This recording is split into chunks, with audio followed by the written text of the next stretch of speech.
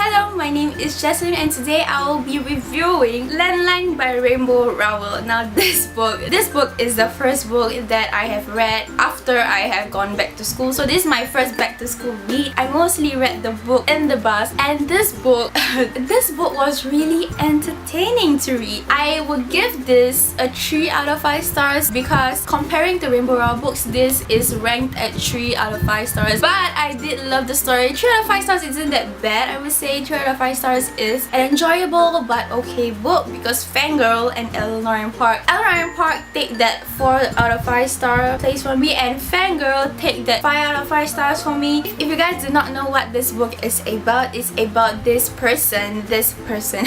It's following this main character, Georgie McCool. Georgie, she has a husband, Neil, and 2 girls, Alice and Numi, and basically she is a TV editor, I'm not sure. I think she's a sitcom TV producer. Okay, I'm not sure what she is, but basically when Christmas is around the corner, it's a week before Christmas, she's actually thrown a project. She has to be pretty busy during Christmas, and she initially had planned with her husband to go to Omaha for Christmas to visit his mother with their children, and because of her plans, because of her TV show, she's not able to go to Omaha. In the end, they settled on her husband and their children going to Omaha, and she's left in Nebraska, and she has to stay back while they go to Omaha for Christmas. Basically, when she goes to work, going back to an empty house is pretty sad, so she goes to her mother's house. When she goes to her mother's house, she has trouble contacting her husband. In the end, when she's at her mother's house, she actually found this yellow landline, and basically this yellow landline, when she calls her husband landline in Omaha, she then finds out that she is calling her husband in his 15 or 16-year-old self, and it's so fun to read because of how she handles the situation. And I can't really say much about it without spoiling, guys, because this book is really entertaining. I would say that this has no drag. It's really entertaining. So if you wanna read it, do pick it up before I spoil this book talk with you. And yeah, just read the book.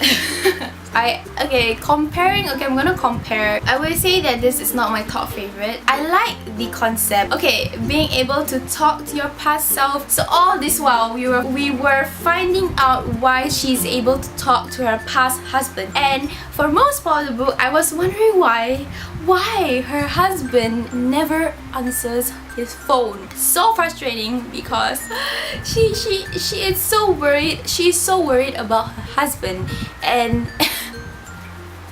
in the end, her purpose for not going with her husband because of her work.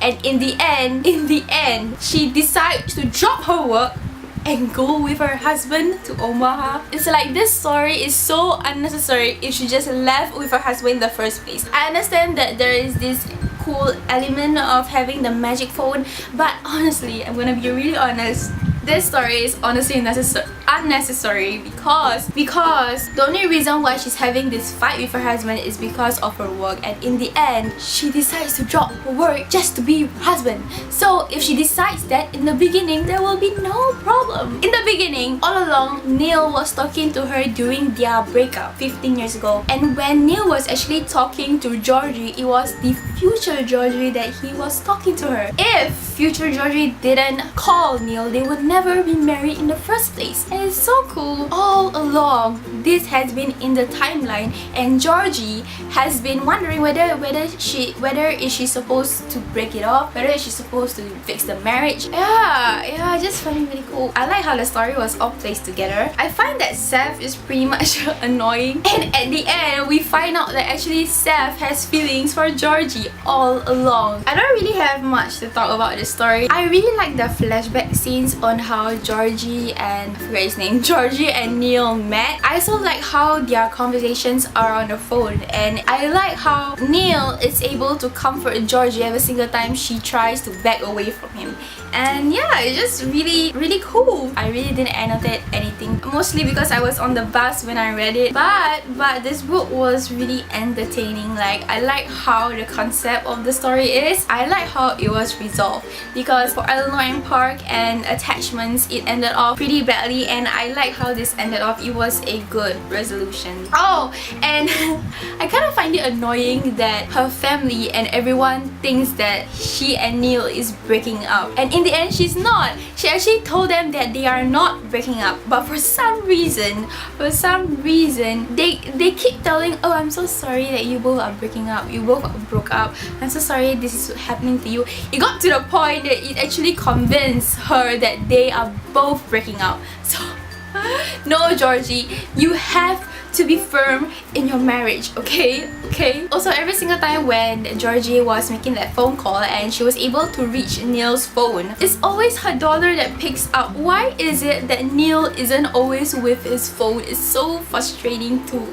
I really like this quote in the book. Nobody's life just fit together, Neil said. Fitting together is something you work at. It's something you make happen. It's something you make happen because you love each other. I annotated the book, but okay, this is when Seth was like confessing to Georgie. Maybe we're not supposed to be this way, Georgie. No, this is the only relationship I've ever been able to make work. This one, I love you, Georgie. Seth, you had more than 15 years to confess to Georgie, and once her marriage falls apart, you decided to confess when she has a husband and it's falling apart. Her marriage is falling apart. I don't get why Steph in the beginning didn't confess to Georgie in the beginning. So why when her husband and her is falling apart, then he decides to confess? I don't know. Seth, oh Seth. Okay, I just want to shout out to this part of the book. She wants to go to Omaha, or she has to... Georgie handed over her driver license and credit card. The ticket was exorbitantly expensive, but Georgie didn't think. You can fly to Singapore for this much, Estelle said. I did not know you can fly to Singapore for such an expensive price, because I live in Singapore and I thought flying to here isn't that expensive. Yeah, I just thought that was cool that Rainbow Rowell mentioned my country in the book. So yeah. Anyway, I don't really have much to talk about. Overall, this book is an this book is an entertaining book to read, especially on my traveling to and from school. Anyway, I hope you guys enjoyed this video. I hope you guys enjoy my review. I hope you guys enjoy my first, and I hope to see you in my next video. Bye!